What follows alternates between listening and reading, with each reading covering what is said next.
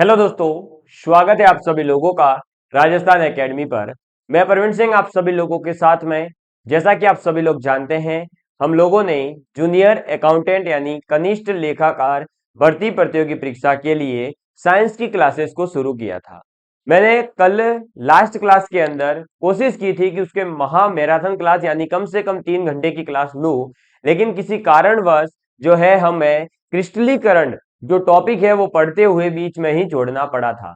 तो आज की क्लास को मैं क्रिस्टलीकरण से ही शुरू करूंगा और आज कोशिश करेंगे कि यह क्लास जो है लॉन्ग क्लास आप लोगों के लिए रहे, ताकि आपके पास में जल्दी से जल्दी साइंस का पूरा कंटेंट आप लोगों को 6 से 7 वीडियोस के अंदर ही अवेलेबल करवा दिया जाए।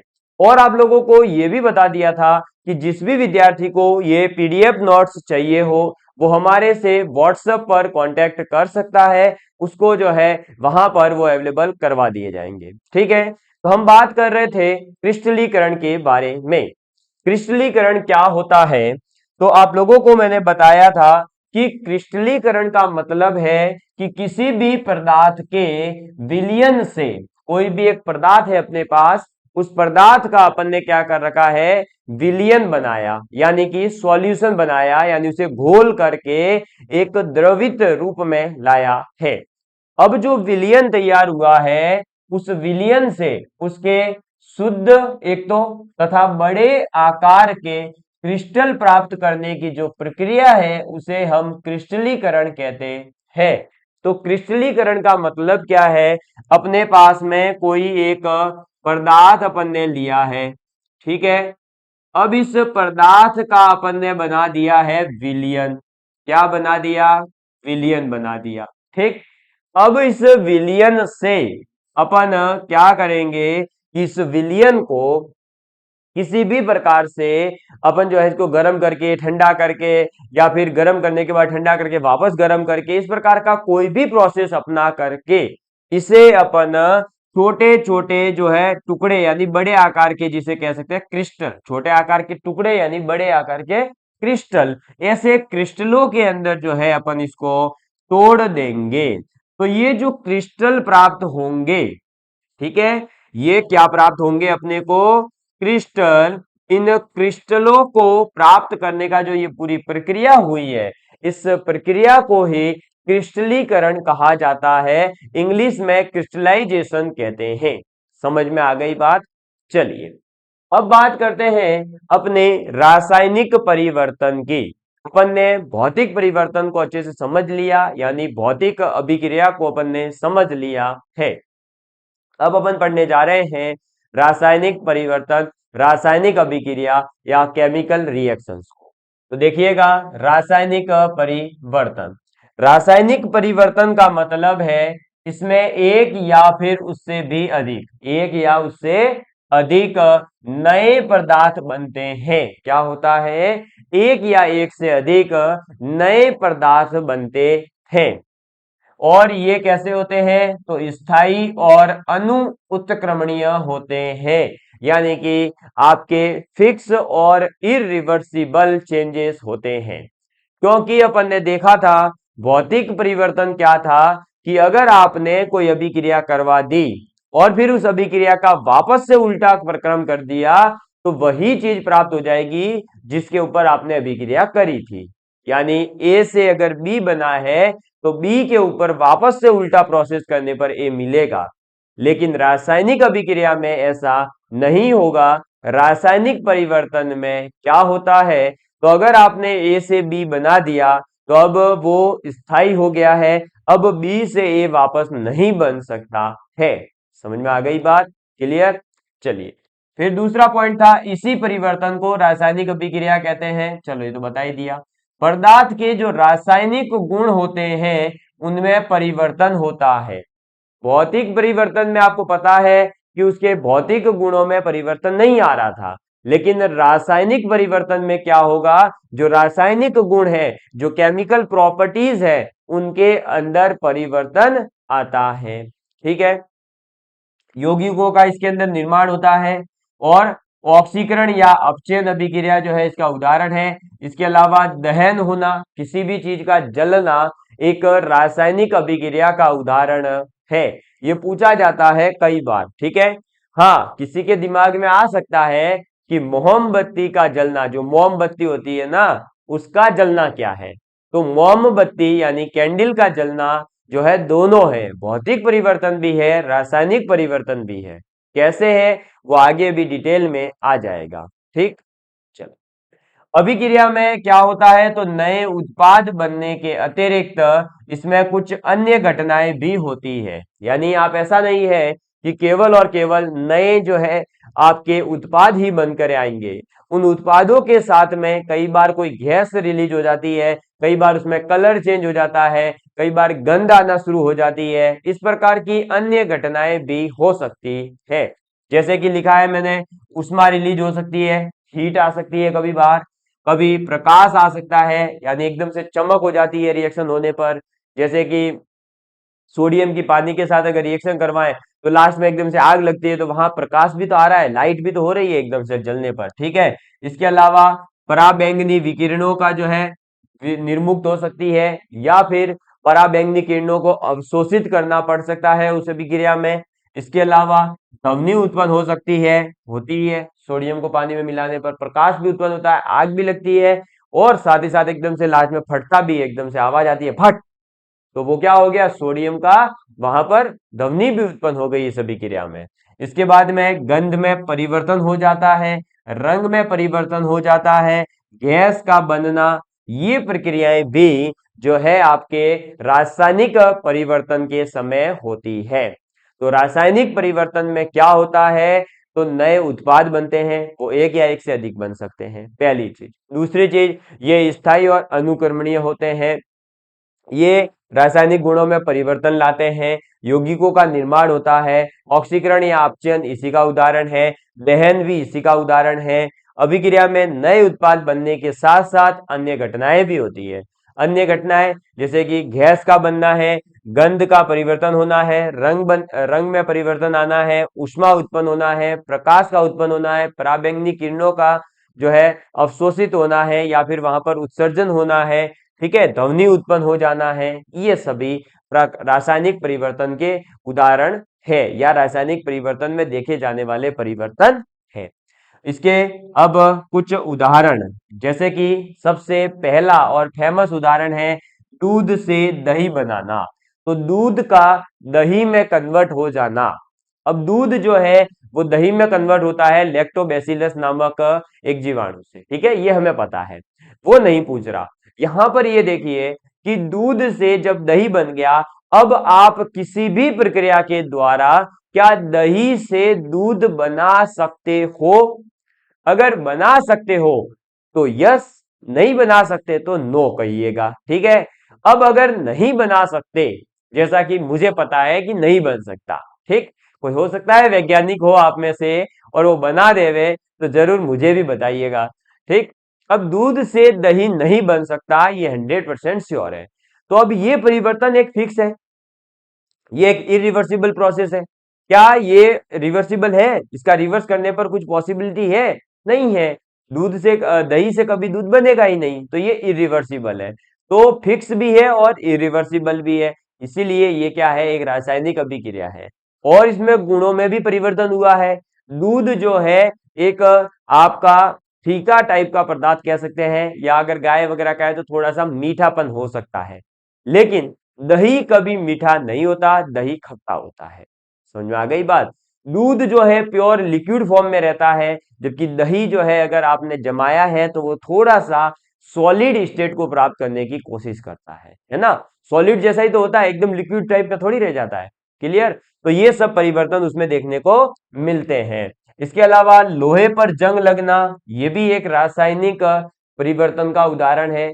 इसके अलावा किसी भी पदार्थ का जलना, बता ही दिया, दहन। भोजन का सड़ना, भोजन का सड़ना भी एक रासायनिक परिवर्तन का ही उदाहरण है। ये उदाहरण आपको याद रखने हैं, सीधे सीधे पूछा जाएगा निम्नलिखित में से किसमें रासायनिक परिवर्तन हो रहा है, या भौतिक परिवर्तन किसमें हो रहा है, या फिर बोल दिया जाएगा कि दूध का दही में बदलना किसका उदाहरण है, और ऑप्शन दे दिए जाएंगे ऑक्सीकरण का, अपचयन का, आपके रासायनिक का, भौतिक परिवर्तन, इस प्रकार के क्वेश्चंस पूछे जाते हैं इसमें। ठीक है, आगे बढ़ते हैं। अब अपन समझेंगे आपके जो देखो जैसे लोहे का है, कटे हुए सेब का उदाहरण है, मेहंदी में क्या होता है, ये सब अपन एग्जाम्पल समझने जा रहे हैं। उससे पहले और भी एग्जाम्पल देख लो। पटाखों का जलना भी एक उदाहरण है। प्रकाश संश्लेषण की जो प्रक्रिया है, फोटोसिंथेसिस जिसे कहा जाता है, जिससे जो है आपके पेड़ पौधे भोजन बनाते हैं। ठीक है, और उसी के माध्यम से फिर अपने को ऑक्सीजन मिलती है।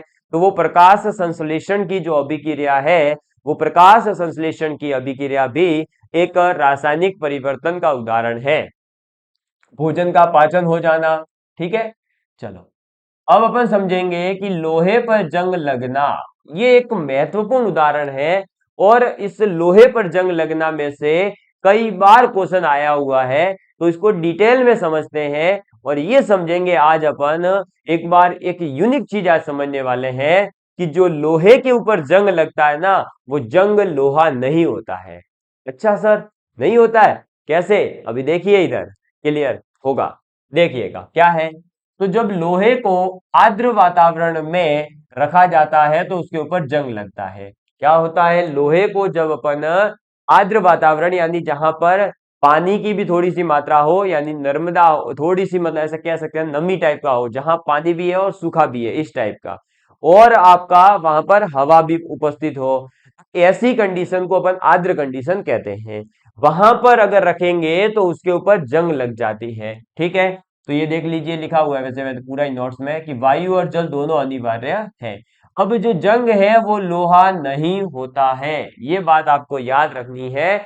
ये पूछा जाता है कि जो लोहे पर जंग लगता है क्या वो लोहा होता है, या ऐसा भी पूछ लिया जाता है कि लोहे पर जंग लगने पर लोहे का भार बढ़ेगा, लोहे का भार घटेगा। तो वहां पर जो है आपको अगर ये पता होगा कि जो लोहे पर जंग लगा है वो लोहा नहीं होता, तो आप ऑब्वियस सी बात है कि आंसर दे पाओगे कि उसका भार जो है घटेगा, बढ़ेगा नहीं। ठीक है, इसकी अभिक्रिया देख लीजिए, Fe यानी कि लोहा, और इसके साथ में आ गया आपका ऑक्सीजन और वाटर। ठीक है, तो जब देखिए कि अपने पास आयरन यानी Fe की अभिक्रिया ऑक्सीजन और वाटर, ऑक्सीजन और वाटर के प्रेजेंस में होती है, तो क्या बनता है, तो बन जाता है Fe2O3। ये Fe2O3 जो है ये जंग होता है, ये आयरन ऑक्साइड है। ठीक है, ये क्या होता है, जंग होता है, आयरन ऑक्साइड इसे पढ़ते हैं। आपसे तो ये भी पूछा जा सकता है आयरन ऑक्साइड का फॉर्मूला, तो आपको तो ये भी याद होना चाहिए। छोटी छोटी चीजें याद करते चलना, ये चीजें पूछी जाती है। आप पेपर उठाकर देखिए, आपसे ऐसी चीजें पूछी गई है। तो Fe2O3 जंग जो कि आयरन ऑक्साइड कहलाएगा आपका। ठीक, जंग से बचाने के लिए ही लोहे पर अपन पेंट कर देते हैं। आपको पता होगा एक रेड कलर का रेड ऑक्साइड मार दिया जाता है, या फिर आप ब्लैक कलर करवा दोगे, ग्रीस कलर और मरवा दोगे, कोई ना कोई आप उसके ऊपर कलर करवा देते हो। उसका कारण ही ये होता है कि वो वस्तु जंग लगने से खराब नहीं हो। ठीक है, या फिर अपन ग्रीस लगवा देते हैं, या जस्ता यानी कि जिंक, जेडन का जो है, जेडन क्रोमियम की भी अपन कई बार परत चढ़वा देते हैं। और लोहे के ऊपर जिंक की परत चढ़ाने की जो प्रक्रिया है, उस प्रक्रिया को अपन यसद लेपन कहते हैं। और ये क्वेश्चन आया हुआ है, तो याद रखिएगा कि लोहे के ऊपर जब जिंक की परत चढ़ाते हैं तो उसे यसद लेपन कहते हैं, और इंग्लिश में गैल्वेनाइजेशन कहते हैं। क्या कहते हैं, गैल्वेनाइजेशन कहते हैं इंग्लिश में। ठीक है, तो लोहे पर जंग लगना एक आपका क्या है, रासायनिक परिवर्तन है। इसके ऊपर जो लोहे के ऊपर जंग लगता है वो लोहा नहीं होता है। ठीक, और लोहे पर जंग तभी लगेगा जब लोहा पानी और ऑक्सीजन यानी वायु दोनों के जो है संपर्क में एक साथ आता है। ठीक, इसकी अभिक्रिया याद रखना, Fe plus O2 plus H2O, जिसमें बनेगा क्या, आयरन ऑक्साइड Fe2O3। ठीक है, इसके अलावा इसमें याद रखिएगा कि जब आपके लोहे के ऊपर आप जिंक की परत चढ़ाते हैं तो उस प्रक्रिया को अपन क्या कहते हैं, गैल्वेनाइजेशन या फिर यशद लेपन कहा जाता है। ठीक है, चलिए आगे बढ़ते हैं। नेक्स्ट उदाहरण है आपका, या प्रक्रिया एक कह सकते हैं, जिसे समझना बहुत जरूरी है।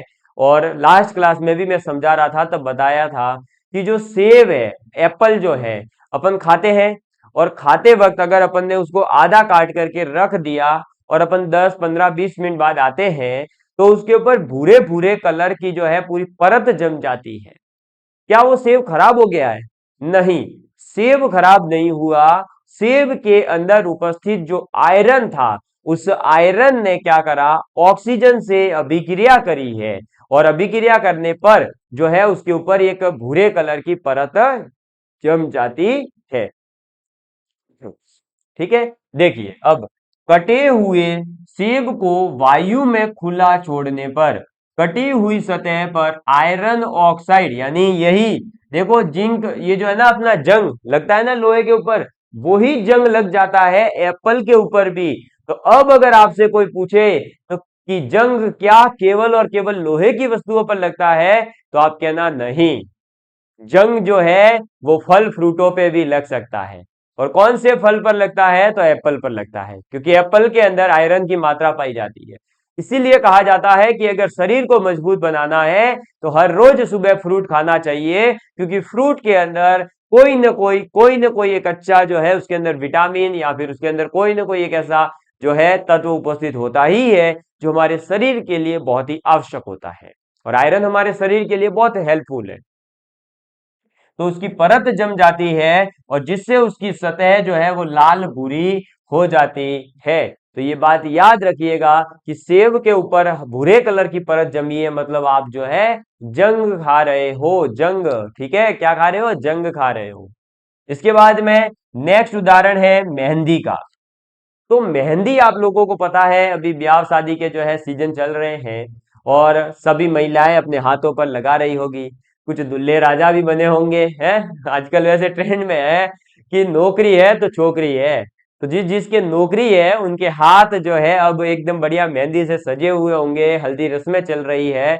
लगातार हम भी देखते रहते हैं, शादियां होती जा रही है, इनविटेशन आते जा रहे हैं, है ना। अब उसी बीच हमें एक चीज देखने को मिलती है कि हम हाथ पर लगाते मेहंदी जो है वो एकदम ऐसे ब्लैकिश टाइप की होगी, या फिर हल्का सा ग्रीनिश डार्क कलर की होती है, ऐसी लगती है। लेकिन वो जैसे जैसे सूखती जाती है और उसके बाद जब उसे हटा दिया जाता है, तो हमारे हाथ जो है वो लाल हो जाते हैं। ऐसा कैसे हो जाता है? यह भी एक रासायनिक परिवर्तन का उदाहरण है, यह भी एक केमिकल रिएक्शन है। अब वो क्यों होता है? क्योंकि मेहंदी के अंदर क्या क्या उपस्थित होता है? एक तो होता है क्यूनोन, एक होता है नेफ्था क्यूनो, और एक होता है आपका लासोन। ये यहां पर लासोन नहीं छपा है, मैं लिख देता हूं, सोन आ गया है, लासोन होता है बेसिकली। एक सेकेंड, है ना।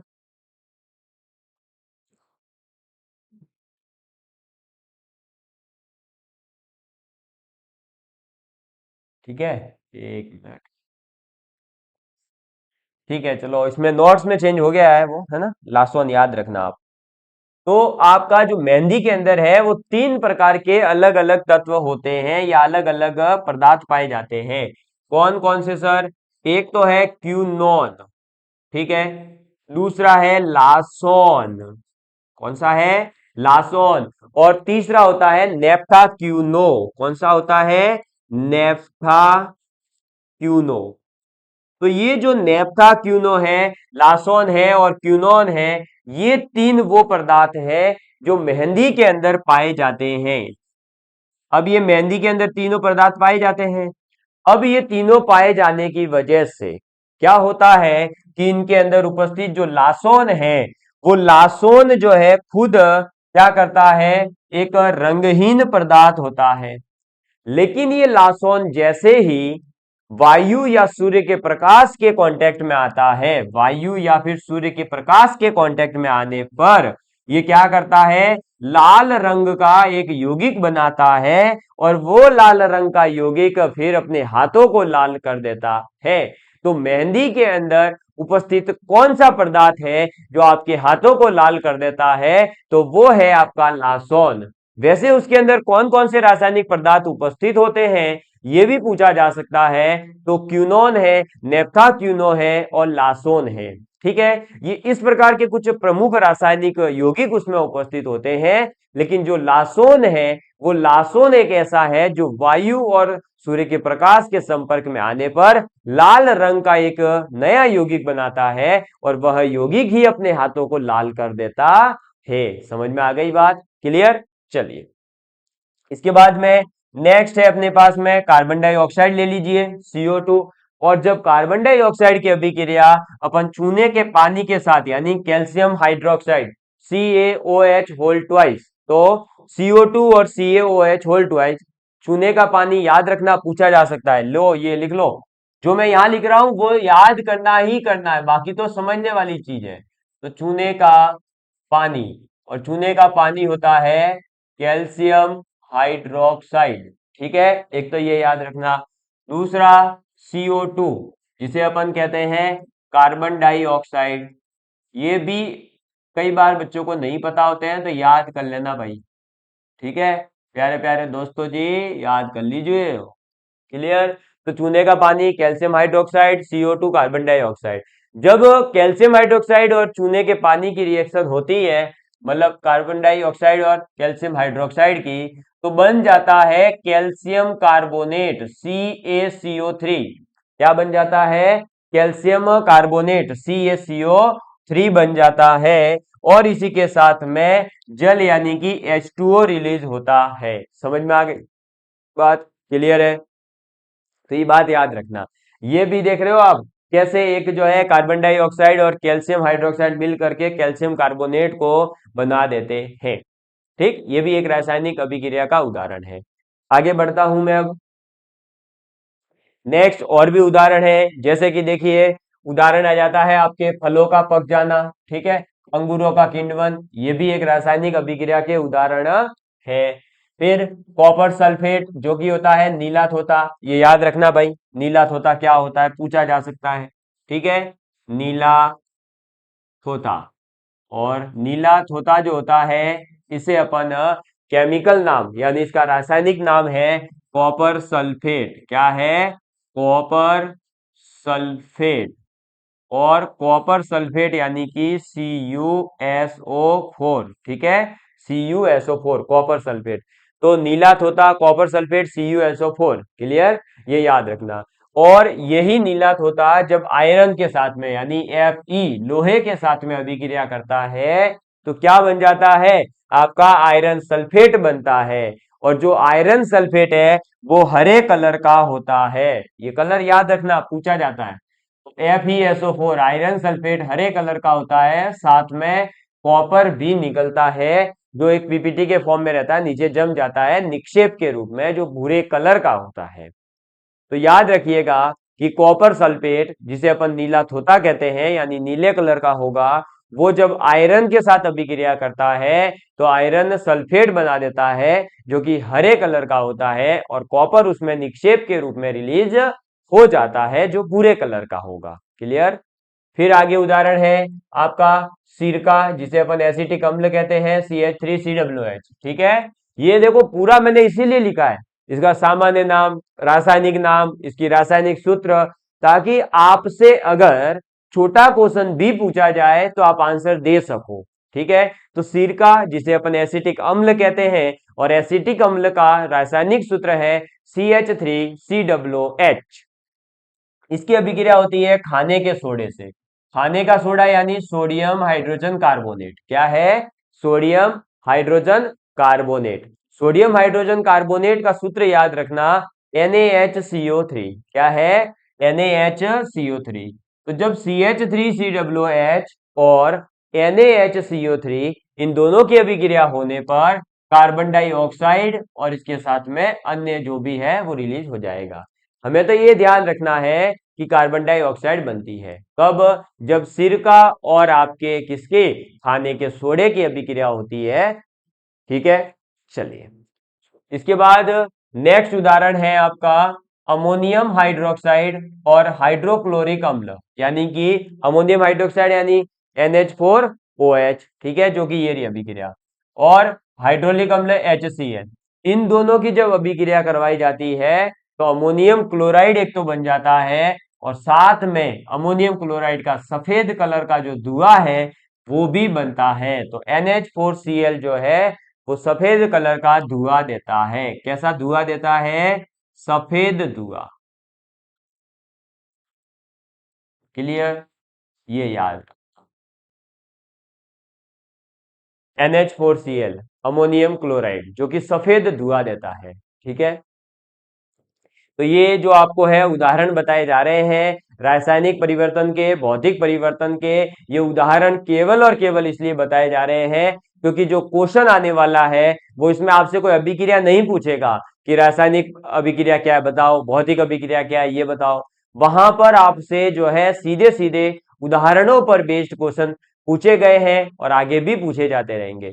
इसलिए जितने ज्यादा उदाहरण मैंने बताए उतने तो आपको याद करने ही है। इसके अलावा भी अगर आपको कोई उदाहरण मिलता है तो आप बेशक जो है उसे अपनी कॉपी में नोट डाउन करें और उसे भी याद रखें, पर इनको जरूर याद कर लें। ऐसा नहीं कि इनको भूल गए और दूसरे याद कर लिए। पहले ये इंपॉर्टेंट है, ये श्योर है कि इनमें से तो आएगा ही आएगा, लेकिन मान लीजिए कई बार नहीं आया, कुछ ऐसा छोटा सा एग्जाम्पल पूछ लिया जो मैंने नहीं लिखवाया हो और आप जो है फिर उसे नहीं कर पाए, तो ऐसे में उस उदाहरण को आप जो है अपनी कॉपी में नोट डाउन जरूर करें। ठीक, चलो, तो ये थी रासायनिक और भौतिक अभिक्रियाएं या जिसे रासायनिक और भौतिक परिवर्तन कहते हैं वो।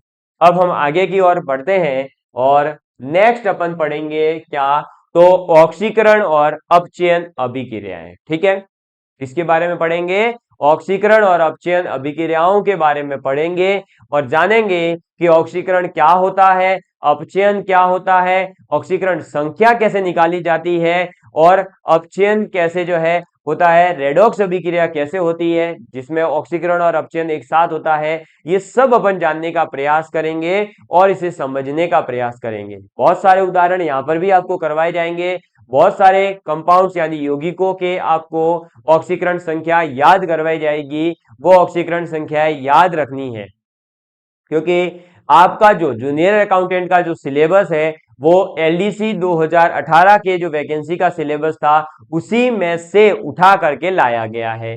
अब 2018 LDC में जैसे क्वेश्चन पूछे गए थे, अगर वैसे ही क्वेश्चन आपसे पूछे जाते हैं तो आपको इन्हीं नोट्स के अलावा कुछ भी पढ़ने की जरूरत नहीं है, क्योंकि ये टॉप एकदम मतलब जो है पूरी निचोड़ निकाला गया है 3-4 बुकों में से, और आपके 2018 के LDC के अंदर आए हुए एक एक क्वेश्चन की डेप्थ तक पूरी नॉलेज यहाँ पर दी जा रही है। तो इसलिए आप इन क्लासेस को जो है ज्यादा से ज्यादा अपने प्यारे प्यारे दोस्तों तक पहुंचाने का प्रयास करिएगा ताकि हमें भी आपसे मोटिवेशन मिले और हम भी आप लोगों के लिए और भी ज्यादा कंटेंट जो है लाने का प्रयास करें। और इसके साथ में मैथ का है, इसके बाद में आगे जो राजस्थान पॉलिटी वगैरह हमने जो पढ़ा रखी है वो भी आप लोगों को जो है आप यहाँ पर वापस से एक नए कंटेंट के साथ उपलब्ध करवा सके। ठीक है, चलिए अब देखेंगे ऑक्सीकरण एवं अपचयन अभिक्रियाएं। ठीक है, ऑक्सीडेशन एंड रिडक्शन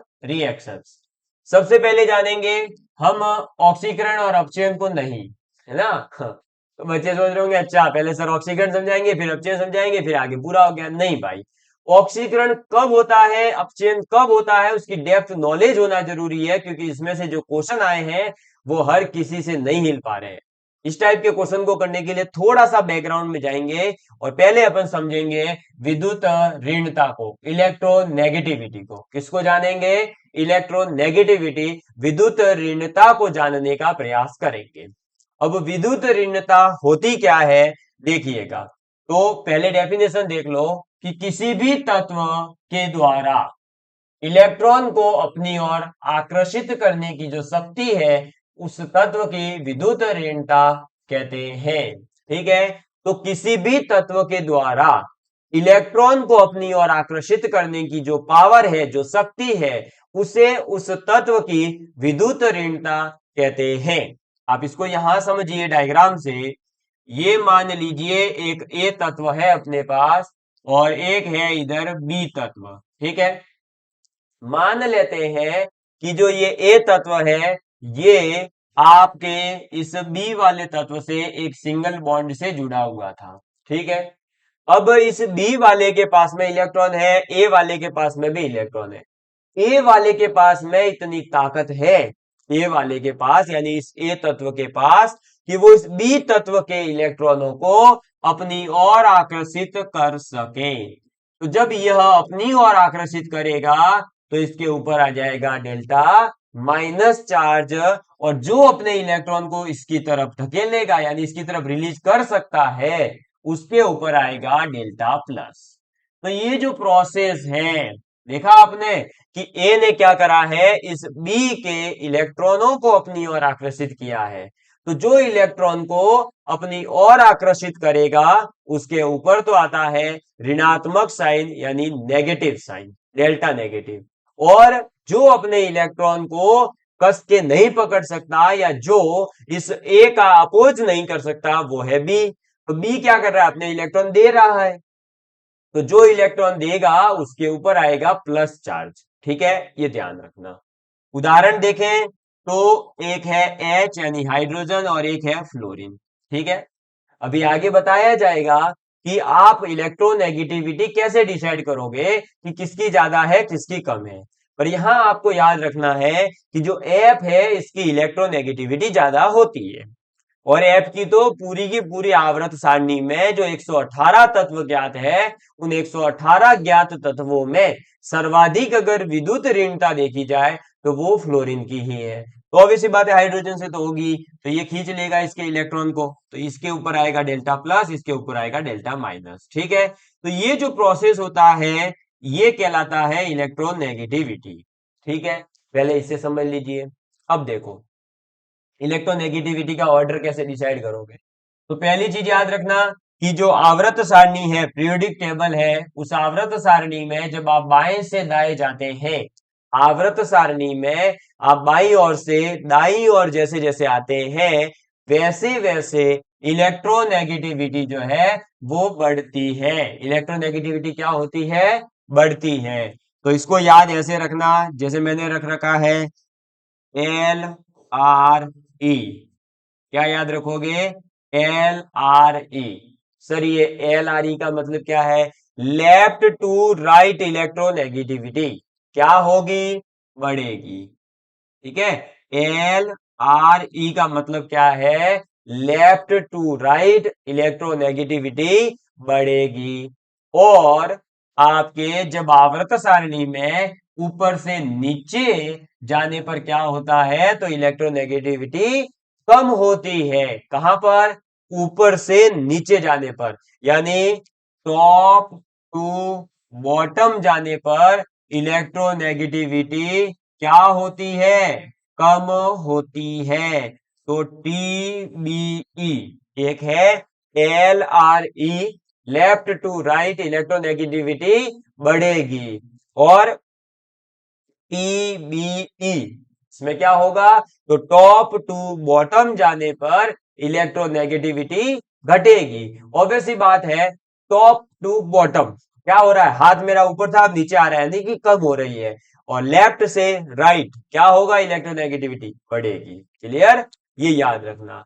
ये किस लिए बताया है, ये इसीलिए बताया गया है कि आपको अगर जो है किसी भी दो तत्वों की इलेक्ट्रोनेगेटिविटी, विद्युत ऋणात्मकता डिसाइड करनी हो कि किसकी ज्यादा है किसकी कम है, तो आप ऐसे जो है डिसाइड कर सकते हैं। साथ ही साथ कई बार जो है सीधा सीधा ये भी पूछ लिया जाता है कि आवर्त सारणी में ऊपर से नीचे जाने पर विद्युत ऋणात्मकता क्या होती है, बढ़ती है घटती है समान रहती है कोई चेंज नहीं, इस प्रकार के कई क्वेश्चन पूछे जाते हैं। तो याद रखना ये दोनों चीजें कि L R E, left to right electronegativity बढ़ानी है, टॉप टू बॉटम घटानी है। ठीक है, फिर देखिए अब ये जो नोट पॉइंट है बस इससे आपका काम तो हो जाएगा। जूनियर अकाउंटेंट की प्रिपरेशन के लिए ये नोट पॉइंट में 3 लाइनें आ रही है, वो 3 लाइनें याद है आपका काम हो जाएगा।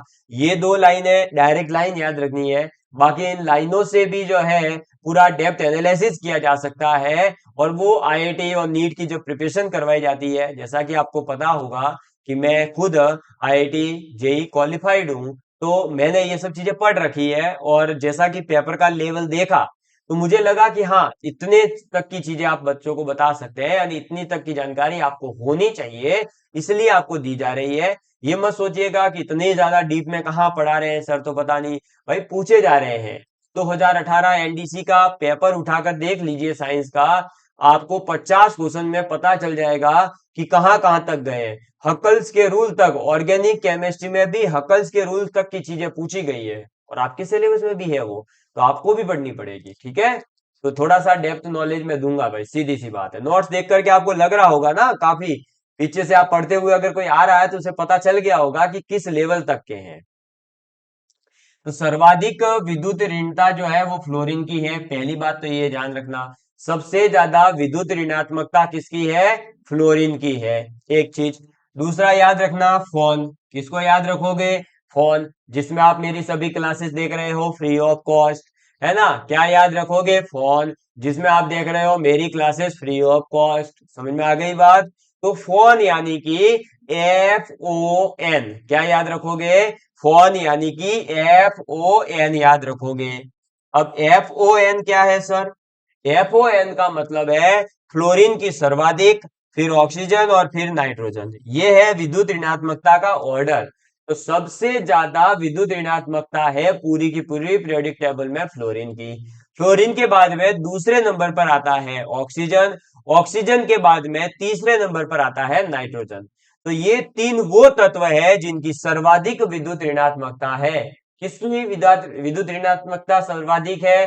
तो फोन की। फोन यानी कि जिसमें आप देख रहे हो मेरे वीडियो फ्री ऑफ कॉस्ट, तो FON, फ्लोरीन, ऑक्सीजन, नाइट्रोजन। इसके बाद में जो फ्लोरीन वाली फैमिली है, फ्लोरीन, क्लोरीन, ब्रोमीन, आयोडीन, एसिटाइन, वो वाली जो फैमिली है उसका ऑर्डर भी याद रखना, पूछा जाता है विद्युत ऋणात्मकता का, ठीक है। तो fluorine, chlorine, bromine, iodine, astatine, सर्वाधिक किसकी विद्युत ऋणात्मकता है उस ग्रुप के अंदर? आवर्त सारणी कुछ ऐसी दिखती है, देख लीजिए एक बार, थोड़ा सा मैं ट्राई करता हूं दिखाने का। एक व्हाइट ले लेता हूं। वैसे साइंस का अगर कोई कैंडिडेट है तो उसने तो देख रखी होगी, पर फिर भी इस टाइप से आप देखिएगा, इस टाइप की दिखती है ना। और इसके अंदर यहां पर अलग अलग अपने ऐसे ग्रुप है 18, और ऐसे होते हैं उसमें आवृत, ठीक है। अब जो लास्ट वाला होता है ना, नियोन वाला, उस नियोन से जस्ट आगे जो आता है वो आता है फ्लोरीन। तो उसमें होते हैं ऐसे fluorine, chlorine, bromine, iodine, astatine, ठीक है। अब ये fluorine, chlorine, bromine, iodine, astatine जो है, इनकी विद्युत ऋणात्मकता का क्रम आपको याद होना चाहिए। वैसे तो आपको पता है कि आवर्त सारणी में टॉप टू बॉटम जाने पर घटेगी, तो सीधी सी बात है सबसे कम किसकी होगी? एस्टेटाइन, फिर आयोडीन, फिर ब्रोमीन, फिर क्लोरीन, फिर फ्लोरीन। सर्वाधिक फ्लोरीन की, फिर क्लोरीन की, फिर ब्रोमीन की, फिर आयोडीन की, फिर एस्टेटाइन की। याद तो वैसे है इस लाइन से, लेकिन ये स्पेशल ऑर्डर है, इसलिए इसको याद रखना, क्योंकि ये पूछा जा सकता है। तो याद क्या रखोगे? Fluorine, chlorine, bromine, iodine, astatine. Sir ऐसे याद नहीं रहा तो? हमें तो भैया सीधा सीधा रटवाओ। तो फिर घर बैठे बैठे बोलना कि फिर कल बार आई आंटी, फिर कल बार आई आंटी। क्या याद रखोगे? फिर कल बार आई आंटी, fluorine, chlorine, bromine, iodine, astatine, फिर कल बार आई आंटी। याद रख लेना, ठीक है। ट्रिक अगर लिखनी है तो मैं यहां लिख लेता हूं, देख लो, वाइट से, है ना। फिर कल बाहर आई आंटी, फिर कल बाहर आई आंटी। ये है ट्रिक इसकी याद रखने की, fluorine, chlorine, bromine, iodine, astatine, ठीक, याद रखना। चलो आगे बढ़ते हैं अब ऑक्सीकरण संख्या की ओर। अब धीरे धीरे अपन जो है ऑक्सीकरण की ओर बढ़ रहे हैं। ये विद्युत ऋणात्मकता का जो कॉन्सेप्ट है वो समझना जरूरी था, आगे आपको साइंस समझ में आ जाएगी, ये जो चैप्टर है ये समझ में आ जाएगा इसलिए, ठीक है। तो देखिए ऑक्सीकरण संख्या यानी ऑक्सीडेशन नंबर। तो पदार्थ के अणु या फिर आयन में किसी तत्व के एक परमाणु पर प्रत्यक्ष या परोक्ष रूप से विद्यमान प्रभावी आवेशों की संख्या को उस तत्व का ऑक्सीकरण अंक कहते हैं। अरे सर इतनी बड़ी डेफिनेशन आपने तो पढ़ दी, पता नहीं क्या बोला है। हाँ पता है मुझे, नहीं आती समझ में तो सुनो वापस से क्या बोला है कि पदार्थ के अणु, इसको मैं मिटा दूं ना एक बार, है ना, एक मिनट थोड़ा सा बड़ा करके जल्दी से निपटा देता हूं मैं।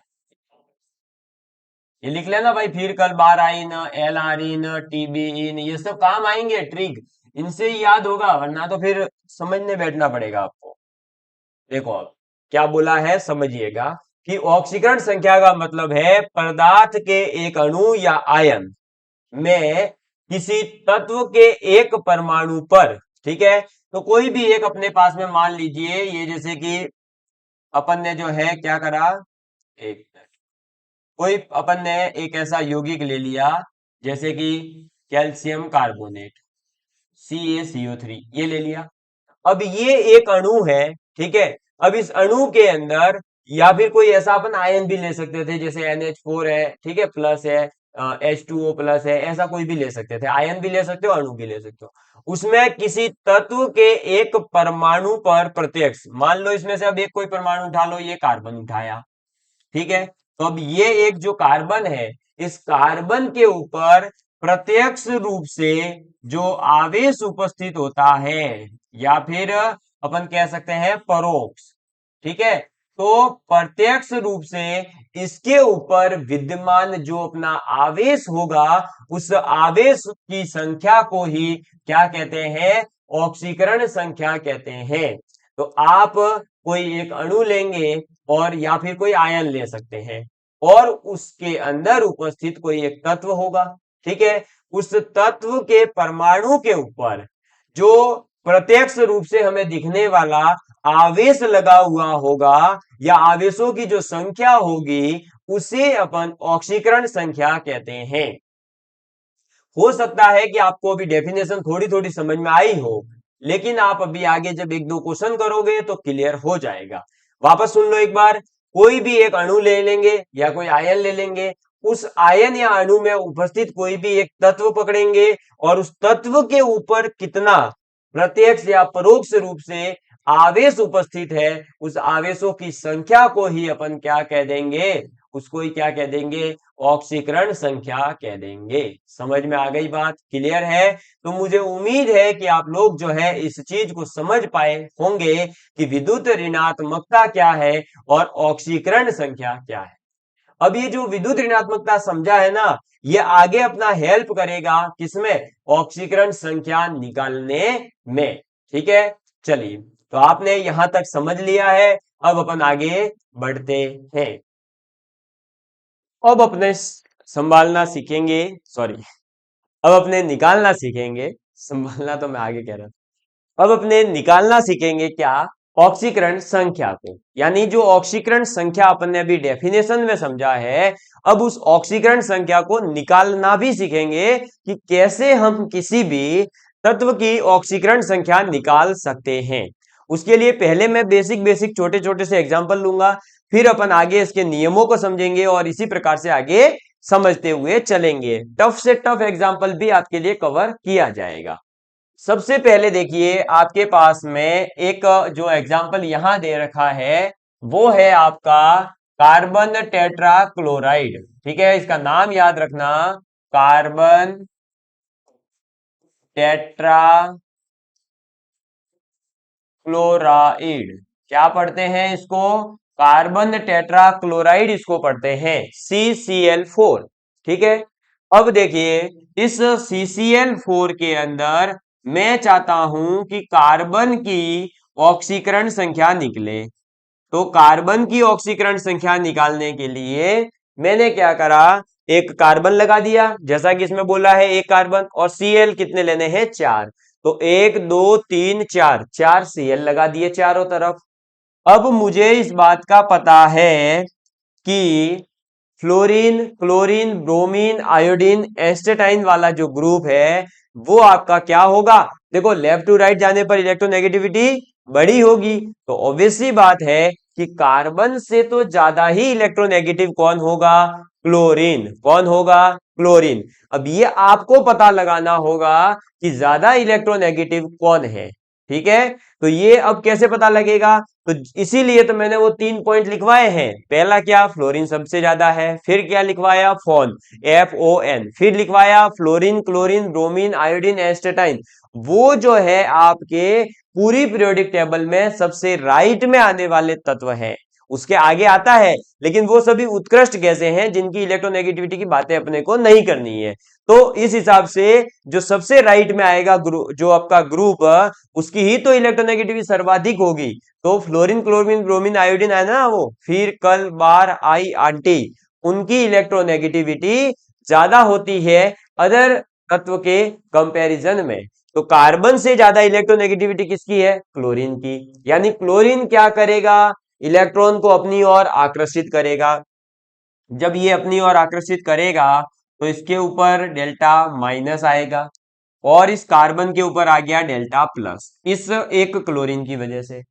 अब ये दूसरा क्लोरीन भी क्या करेगा, कार्बन के इलेक्ट्रॉन को अपनी ओर आकर्षित, यानी डेल्टा माइनस, इसकी वजह से इसके ऊपर आ गया डेल्टा प्लस। ठीक है, ऐसे ही ये क्लोरीन भी मंगवाएगा तो ये देगा इधर डेल्टा प्लस और इधर आ जाएगा डेल्टा माइनस। ऐसे ही ये क्लोरीन भी बुलाएगा तो इसके ऊपर आएगा डेल्टा माइनस और इधर आ जाएगा डेल्टा प्लस। क्लियर। अब अपने पास में बताइए कि कितने आपके पास कार्बन के ऊपर चार्ज हो गए, डेल्टा प्लस, तो 4 हो गए। कितने हो गए, 4। ठीक है भाई, देखो डेल्टा डेल्टा डेल्टा डेल्टा, कितने डेल्टा हो गए, 4 डेल्टा।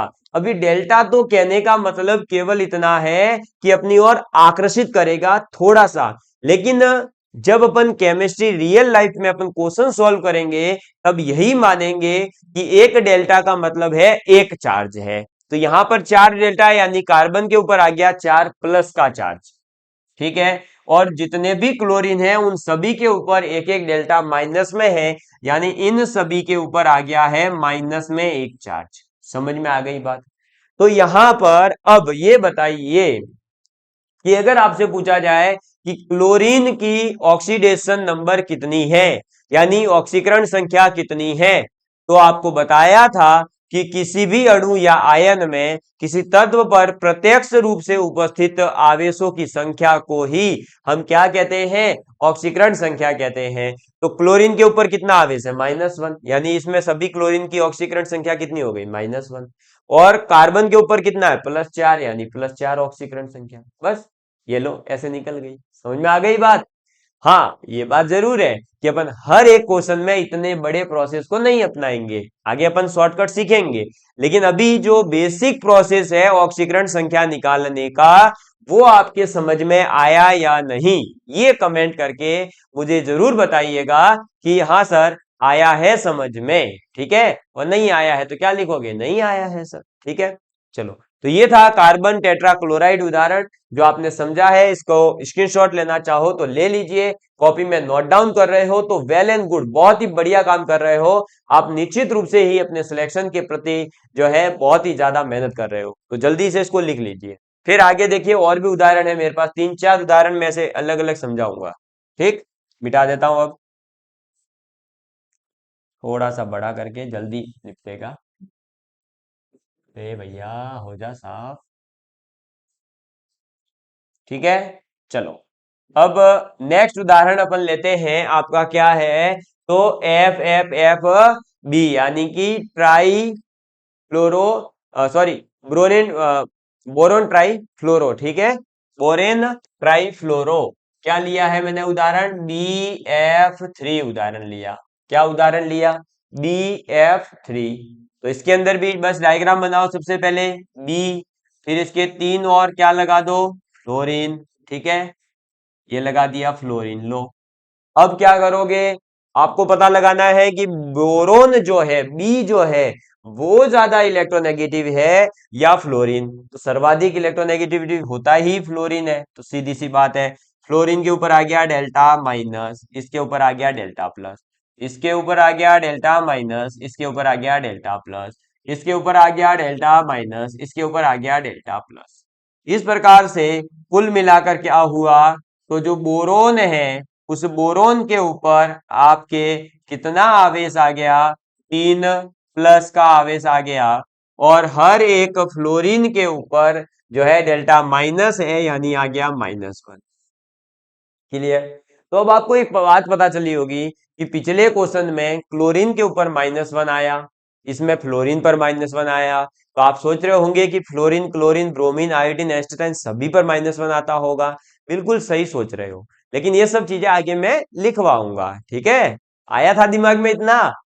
तो हो सकता है आधो के नहीं आया हो, तो कोई बात नहीं, डरना मत, ये सब याद करवाने वाला हूं।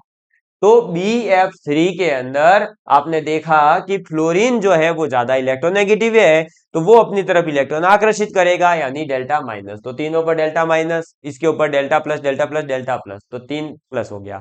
तो बोरोन की यहां पर, सॉरी, बोरोन की जो ऑक्सीडेशन नंबर है या ऑक्सीकरण संख्या है वो कितनी हो गई? +3, और फ्लोरीन की हो गई -1। पिछले क्वेश्चन में देखा कार्बन की हो गई +4 और क्लोरीन की हो गई -1। ऐसे आपको याद करते चलना है, जैसे जैसे याद होती जाएगी बस फिर आपके जो है दिमाग में ऑटोमेटिकली पता चलता रहेगा कि अच्छा ये है तो ये आंसर है, ये है तो ये, बस ऐसे ही तो पूछेंगे, छोटे छोटे ही पूछेंगे। ठीक है, मिटा दो इसको, तो नोट डाउन कर रहे हो तो जल्दी से कर लीजिए। फिर मैं आगे उदाहरण ले रहा हूं बहुत छोटे छोटे से, दो और, एक ले रहा हूं, एक ले रहा हूं हाइड्रोजन, सॉरी H2O अपना जल, और एक ले रहा हूं आपका SO2 सल्फर डाई ऑक्साइड। ठीक, चलो चलिए, तो अब आप लिखेंगे नेक्स्ट उदाहरण जो है वो है अपने H2O का, यानी जल। इसको तो आपको पता ही है, जल की बात कर रहा हूं। तो ये लिया मैंने एक हाइड्रोजन, ठीक है, सॉरी, ऑक्सीजन को बीच में रखना है ना, हाँ। ये लिया मैंने एक ऑक्सीजन, इस ऑक्सीजन के इस तरफ भी हाइड्रोजन, इस तरफ भी हाइड्रोजन। अब हमें ये बात पता है कि भाई फोन का जो है रूल फॉलो होगा। फोन यानी कि फ्लोरीन, ऑक्सीजन और नाइट्रोजन। तो फ्लोरीन सर्वाधिक इलेक्ट्रोनेगेटिव है, उसके बाद में है ऑक्सीजन, यानी हाइड्रोजन तो सीधी सी बात है हो ही नहीं सकता ज्यादा इलेक्ट्रोनेगेटिव। कौन है? ऑक्सीजन है। ऑक्सीजन है तो ये इसके इलेक्ट्रॉन को अपनी तरफ आकर्षित करेगा, इसके भी आकर्षित करेगा। तो इसके ऊपर क्या आ जाएगा? इसके ऊपर एक डेल्टा, एक ज्यादा बड़ा हो गया, इसके ऊपर क्या आ जाएगा? अब इसके ऊपर आवेश आ जाएगा डेल्टा माइनस और डेल्टा माइनस, इसके ऊपर आएगा डेल्टा प्लस और इसके ऊपर भी आएगा डेल्टा प्लस, बस हो गया काम। ठीक है, तो अब देखो इसके ऊपर कितने डेल्टा माइनस है? 2, यानी इसकी हो गई -2, और हाइड्रोजन की कितनी हो गई? +1। तो याद रखना, हाइड्रोजन की जो ऑक्सीकरण संख्या है वो +1 होती है, ऑक्सीजन की -2 होती है, बस।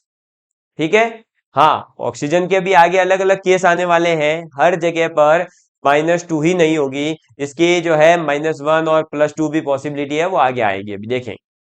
तो ये हो गया जल का उदाहरण कंप्लीट।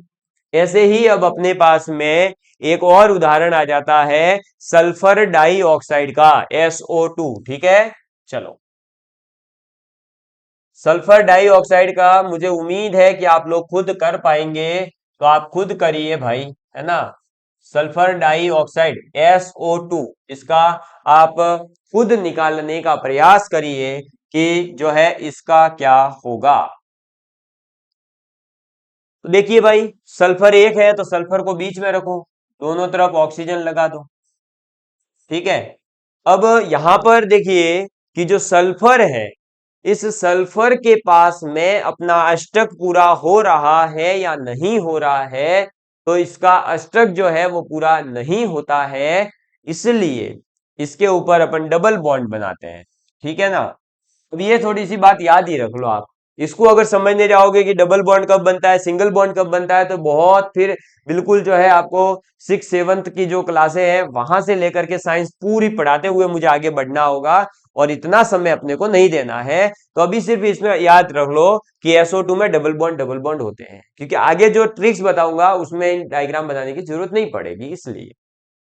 ठीक, अब देखो, ऑक्सीजन ज्यादा इलेक्ट्रोनेगेटिव है, ऑब्वियस सी बात है, तो इसके ऊपर क्या होगा? आपके पास में सीधी सी बात है, डेल्टा माइनस आएगा, इधर भी डेल्टा माइनस आएगा। लेकिन डबल बॉन्ड है तो डेल्टा माइनस 2 बार आएगा। भाई एक बॉन्ड ये रहा, इसके थ्रू मांगा होगा डेल्टा माइनस, एक इसके थ्रू, एक इसके थ्रू, एक इसके थ्रू, और इसके ऊपर जो है आपकी क्या हो जाएगा? तो डेल्टा +2 आ जाएगा। समझ में आ गई बात? क्लियर। और एक नीचे से डेल्टा प्लस टू आ जाएगा। भाई ये भी तो देखो, delta minus delta minus delta minus delta minus, तो चार माइनस है तो चार प्लस के भी तो आने चाहिए। तो बस ये देखो आ गया, सल्फर की हो गई प्लस चार और ऑक्सीजन की यहां पर भी आ गई माइनस टू। ठीक है, बस ये जो है कुछ कुछ याद रख सकते हैं। कुछ ऐसे डायग्राम आपको बनाना आता हो, सिंपल लगे तो बना देना, नहीं बने तो अब जो आगे आपको सिखाए जा रहे हैं ऑक्सीकरण नंबर्स निकालने के जो रूल हैं, जो नियम हैं, जो ट्रिक्स हैं, वो याद रखिएगा। उसके अंदर किसी भी प्रकार के डायग्राम बनाने की जरूरत नहीं पड़ेगी। ठीक है, चलो अब आगे बढ़ता हूं मैं, और अब अपने आगे पढ़ने जा रहे हैं क्या, तो ऑक्सीकरण संख्या ज्ञात करने के नियम। ऑक्सीकरण संख्या ज्ञात करने के क्या क्या नियम है? सबसे पहला नियम है कि जो उदासीन परमाणु होते हैं, जिनके ऊपर कोई आवेश नहीं है, उनकी ऑक्सीकरण संख्या 0 होती है। ये मैं मिटा रहा हूं, ठीक है, ताकि मेरे समझाने में आसानी रहे, आपको समझने में जल्दी आ जाए। देखो भाई, जैसे कहीं लिखा हुआ हो H2, कहीं लिखा हुआ हो O2, कहीं कार्बन, कहीं N2, कहीं Cl2, कहीं F2, कहीं ऑक्सीजन तो हो गया है, इसके अलावा और कहीं सोडियम। इस प्रकार से जो उदासीन परमाणु कहीं पर अगर लिखे हुए मिले, तो उन उदासीन परमाणुओं की जो ऑक्सीकरण संख्या होती है वो होती है 0। ठीक है, तो ऐसे परमाणु, ऐसे तत्व जिनके ऊपर किसी भी प्रकार का कोई आवेश नहीं हो, उन्हें हम उदासीन परमाणु या तत्व कहेंगे। और ऐसे उदासीन अगर परमाणु या तत्व है, तो उनके ऊपर किसी भी प्रकार का कोई आवेश नहीं होता है। इस बात का आपको ध्यान रखना है। समझ में आ गई बात? उनकी ऑक्सीकरण संख्या कितनी हो जाएगी फिर? 0 हो जाती है। ये है पहला रूल, ये आपके नोट्स में यहां मेंशन है, टेंशन मत लो, पहला ही पॉइंट यही है, उदासीन परमाणु ऑक्सीकरण संख्या 0। ठीक, चलो दूसरा पॉइंट देखिए कि जितने भी सारे धातु हैं। अच्छा सर, हमें क्या पता कौन कौन से सारे धातु होते हैं? हाँ बिल्कुल सही बात है, जिन्होंने 11 12th में साइंस पढ़ी होगी उन्हें पता होगा, क्योंकि उन्होंने आवर्त सारणी पढ़ रखी है। लेकिन जिन्होंने नहीं पढ़ रखी उनके लिए यहाँ लिखा हुआ है अपन ने। ठीक है, ये रहे कौन कौन है, तो हलीना की, रबड़ी, सस्ती, फ्री। ठीक है, ये है lithium, sodium, potassium, rubidium, caesium, francium. ठीक है, ये वो तत्व है जिनको अपन सार्य धातु कहते हैं। एक तो ये बात याद रखना, ये भी पूछ सकते हैं छोटा सा क्वेश्चन कि निम्नलिखित में से कौन सारे धातु है और नहीं है। तो सारे धातु किसे कहते हैं? Lithium, sodium, potassium, rubidium, caesium को। ठीक, फ्रेंसियम को वैसे कहते हैं लेकिन आपको याद नहीं रखना, क्योंकि ये जो है आपका एक रेडियो एक्टिव एलिमेंट होता है। तो आप बस इनको याद रख लो, lithium, sodium, potassium, rubidium, caesium, ये सभी क्या है? सारे धातु है। और जब भी सारे धातु कहीं पर दिखे तो उनकी ऑक्सीकरण संख्या हमेशा फिक्स है, +1। ठीक है, तो सबसे पहले उदासीन परमाणु या तत्व की ऑक्सीकरण संख्या 0। दूसरा पॉइंट याद रखना है, जितने भी सारे धातु हैं, lithium, sodium, potassium, rubidium, caesium, इनकी जो सारे धातुओं कहा जाता है, इनकी ऑक्सीकरण संख्या होती है +1। कितनी होती है? +1 होती है। ठीक, चलो इसके बाद में नेक्स्ट पॉइंट आ जाता है क्षारीय मृदा धातु। कौन आ जाता है? क्षारीय मृदा धातु आ जाते हैं। तो क्षारीय मृदा धातु जो होते हैं उनकी ऑक्सीकरण संख्या कितनी होती है? +2 होती है। कितनी होती है? +2 होती है। ठीक है, इसकी ट्रिक अगर आप लिखना चाहो तो एक बार लिख लीजिए, फिर आगे बढ़ता हूं मैं, उसकी है ना अपने आगे वो भी समझा दूंगा, टेंशन मत लो। सारे मृदा धातु कौन सी होती है वो भी बता रहा हूं। इसकी आप ट्रिक लिख सकते हो, हलीना यानी कि लिथियम की, हलीना की, रबड़ी, सस्ती, बस इतना याद रख लो। ठीक है, या हलीना भी याद नहीं रहे तो लीना याद रख लो, बस ह से हाइड्रोजन होता है जो इसमें शामिल नहीं है सारे धातु में। ठीक, लेकिन आता वो इसी के ऊपर है इसलिए। तो अब आप इतना याद रख लो कि लीना यानी कि लिथियम, सोडियम, की यानी कि पोटेशियम, रबड़ी यानी कि रुबिडियम, और सस्ती यानी कि सीजियम। तो लीना की रबड़ी सस्ती, ठीक है, ये सब क्या है, सारे धातु है, एल्काली मेटल्स है, ठीक, और इनकी ऑक्सीकरण संख्या +1 होती है। समझ में आ गई बात? चलिए अब मैं इसको मिटा देता हूं, लीना की रबड़ी सस्ती फ्री, यहां हो गया काम कंप्लीट। अब आप लिखेंगे अपने बेटा मांगे कार वाली, है ना, तो आपके सारे मृदा धातु, बेटा मांगे कार स्कूटर बापू राजी, ठीक, कौन कौन है, beryllium magnesium calcium strontium barium radium, ठीक। इसकी ट्रिक क्या है, लिख लीजिए पहले एक बार, बेटा मांगे कार स्कूटर बापू राजी, ठीक, क्या है, बेटा मांगे कार स्कूटर बापू राजी, यानी कि beryllium magnesium calcium strontium barium और रेडियम, ये आपके क्या कहलाते हैं सभी, तो ये सभी कहलाते हैं क्षारीय मृदा धातु कहलाती है। ये क्या कहलाते हैं, क्षारीय मृदा धातु कहलाते हैं, ठीक है, क्या कहलाते हैं, क्षारीय मृदा धातु कहलाते हैं। और क्षारीय मृदा धातुओं की जो ऑक्सीकरण संख्या है वो कितनी है, वो होती है +2।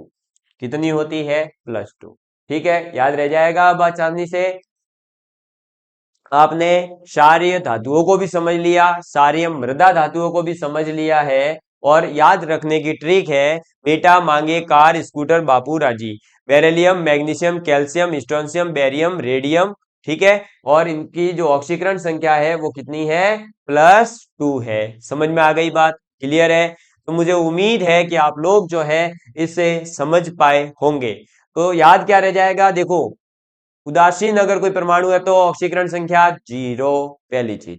दूसरा क्या याद रखोगे कि सारी धातु जो है, लीना की रबड़ी सस्ती, उसके ऑक्सीकरण संख्या कितनी होती है, +1।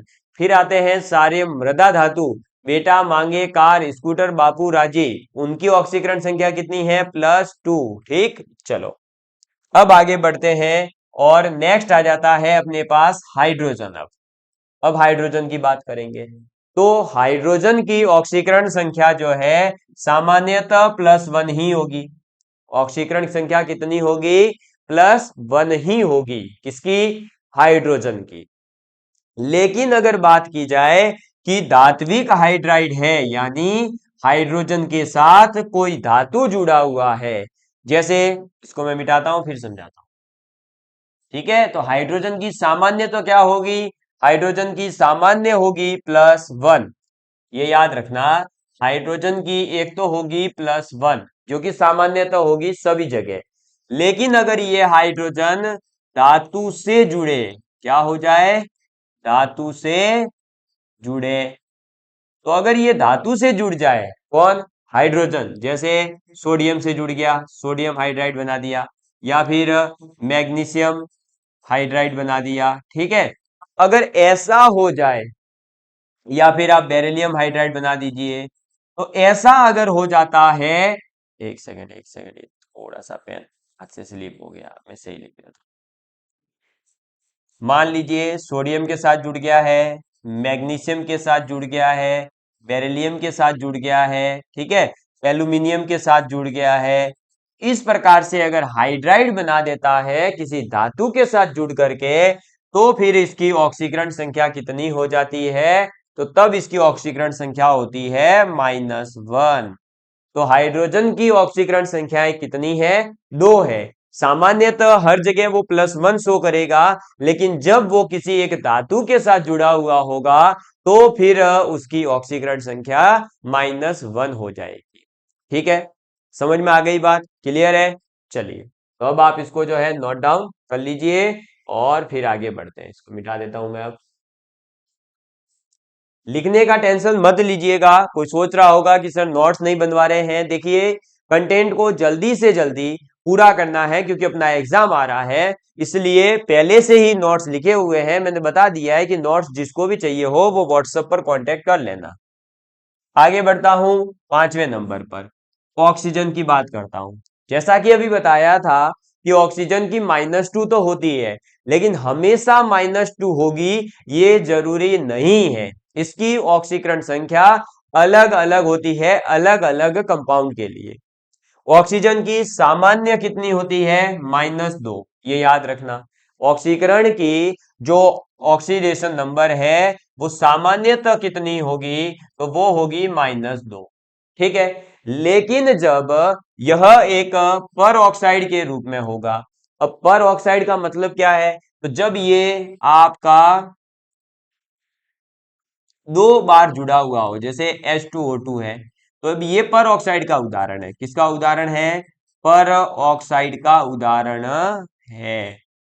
ऐसे में जब ऑक्सीजन आपका पर ऑक्साइड के रूप में होगा और पर ऑक्साइड में ये होता है O2-2 के रूप में, तो इस समय पर आपके दो ऑक्सीजन है और -2 ही चार्ज है, इसलिए प्रत्येक ऑक्सीजन की ऑक्सीकरण संख्या होती है माइनस। ठीक है। तो ऑक्सीजन के पास सामान्य रूप से -2, लेकिन जब वो पर ऑक्साइड के रूप में है यानी H2O2, या अपन डायग्राम में देखें तो ऐसा अगर कहीं दिख रहा हो आपको, है ना, ये इस टाइप का bond O bond O bond. ठीक है। तो जब ऐसा आपको डायग्राम दिखे या O2-2 दिखे तो वो एक पर ऑक्साइड होता है, और पर ऑक्साइड के अंदर हाई ऑक्सीजन जो होता है उसके ऊपर -1 चार्ज होता है। ठीक। यह भी पूछा जा सकता है कि ऑक्सीजन की कौन सी ऑक्सीकरण संख्या हो सकती है, कौन सी नहीं हो सकती। तो -2 होती है, -1 हो सकती है। अभी आगे देखिए और भी है। ठीक है।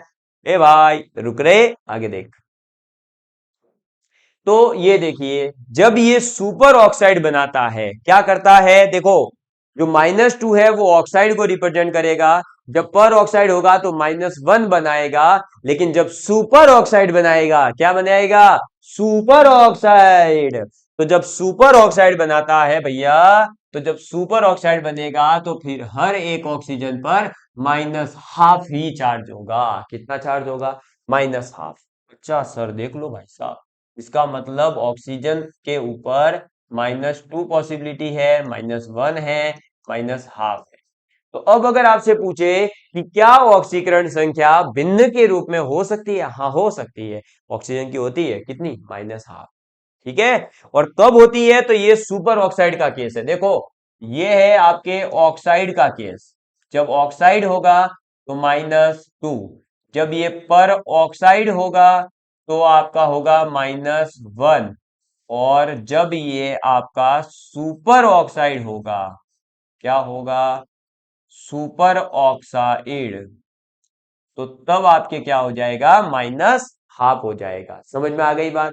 सुपर ऑक्साइड का एक उदाहरण है पोटेशियम सुपर ऑक्साइड KO2। ठीक है, ये याद रखना।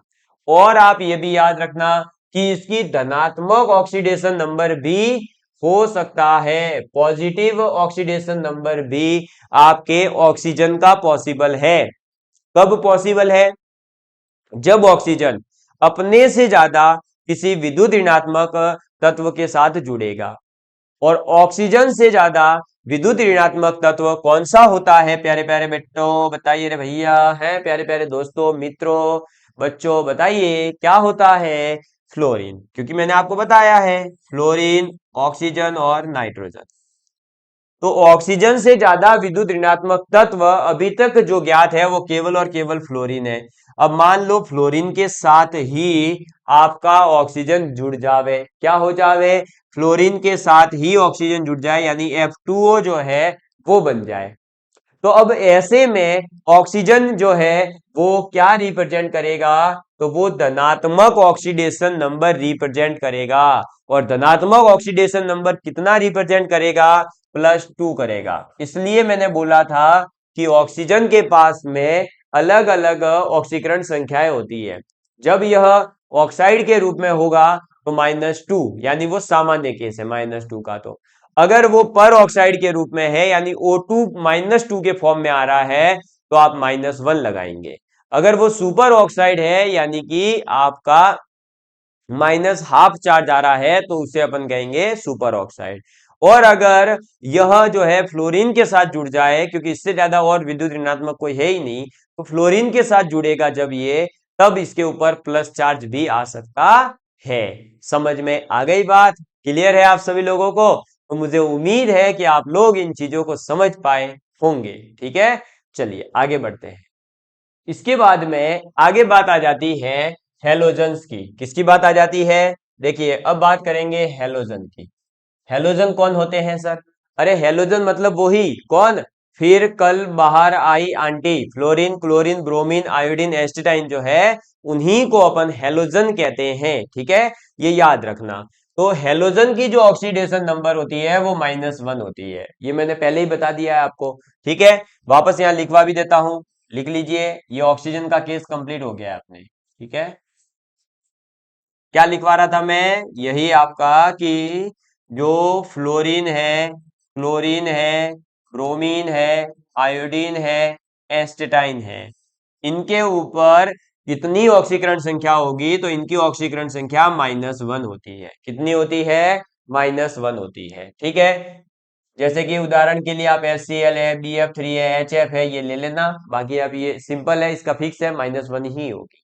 हाँ, वो अलग बात है कि अगर ये भी जो है आपके किसी ज्यादा इलेक्ट्रोनेगेटिव के साथ जुड़े, जैसे क्लोरीन अगर फ्लोरीन के साथ जुड़ जावे, ठीक है, या फिर क्लोरीन आपका ऑक्सीजन के साथ जुड़ जावे, तो ऐसे में फिर क्या हो जाता है कि इनकी धनात्मक ऑक्सीडेशन नंबर भी पॉसिबल होती है। जिसका उदाहरण है ये रहा। धनात्मक ऑक्सीडेशन नंबर भी हो सकती है कब? जब ClF3 होगा। ठीक है, देखिए। अच्छा, रेड आ गया क्या? दिख नहीं रहा होगा, है ना? एक मिनट, इसको साफ करते हैं इनकी। और ये रह गया, एक मिनट, है ना? ClF3। अब सीधी सी बात है कि जो आपका फ्लोरीन है वो सर्वाधिक इलेक्ट्रोनेगेटिव है, तो कॉमन सेंस की बात है कि अब क्लोरीन के ऊपर सीधी सी बात है -1 एग्जिस्ट कर ही नहीं सकता, कि भाई फ्लोरीन की भी -1 और क्लोरीन की भी -1, क्या पॉसिबिलिटी है? दोनों के ऊपर नेगेटिव कैसे होगा? एक के ऊपर पॉजिटिव है तो दूसरे पर नेगेटिव इलेक्ट्रो जो है ऑक्सीकरण संख्या होनी चाहिए। तो अब यहां पर क्या हो जाएगा, देखो, ये रहा क्लोरीन, अब इसके तीनों और F जोड़ दो, ये लो F जोड़ा, ये लो F जोड़ा। अब इसमें क्या होगा कि आपका जो फ्लोरीन है वो इधर भी मंगवाएगा, तो इसके ऊपर डेल्टा प्लस, इसके ऊपर डेल्टा माइनस, ये भी मंगवाएगा तो इसके ऊपर भी डेल्टा माइनस, इसके ऊपर डेल्टा प्लस, ये भी मंगवाएगा तो इसके ऊपर भी डेल्टा प्लस, इसके ऊपर भी डेल्टा माइनस। तो अब इसके ऊपर देखो, क्लोरीन के ऊपर 3 डेल्टा प्लस आ गए, यानी इसकी ऑक्सीकरण संख्या कितनी हो गई? +3 हो गई। समझ में आ गई बात? तो ऐसे में आप ये नहीं कह सकते कि जो हेलोजन है, फिर कल बाहर आई आंटी है, उनके सभी के नेगेटिव ही होगा हमेशा, ऐसा नहीं है। हाँ, -1 होता है, लेकिन हमेशा -1 होगा ये जरूरी नहीं है। इनके ऊपर जो है कभी कभी पॉजिटिव भी हो सकता है, जब ये अपने से ज्यादा विद्युत ऋणात्मक के साथ जुड़ते हैं तब, जैसा कि ऑक्सीजन में हो रहा था। ठीक है, तो ये हमने जो है अभी तक 6 रूल पढ़े हैं, इससे आगे के रूल भी हैं, लेकिन मुझे उम्मीद है कि आप लोग आज की क्लास को यहीं तक देख पाएंगे। इससे ज्यादा आगे फिर जो है बहुत बड़ी हो जाएगी, फिर मैं भी परेशान होऊंगा, आप लोग भी पूरी नहीं देख पाएंगे। इसलिए आज की क्लास को अपन यहीं समाप्त करते हैं, मिलेंगे अगली क्लास में। उम्मीद करता हूं उस क्लास को अपन और भी अच्छे से और इससे भी ज्यादा लॉन्ग रखने की कोशिश करेंगे, अगर आप लोगों का जो है इस वीडियो को प्यार अच्छा मिलता है तो। Love you all of you, please take care and please share with your friends. जय हिंद, जय भारत।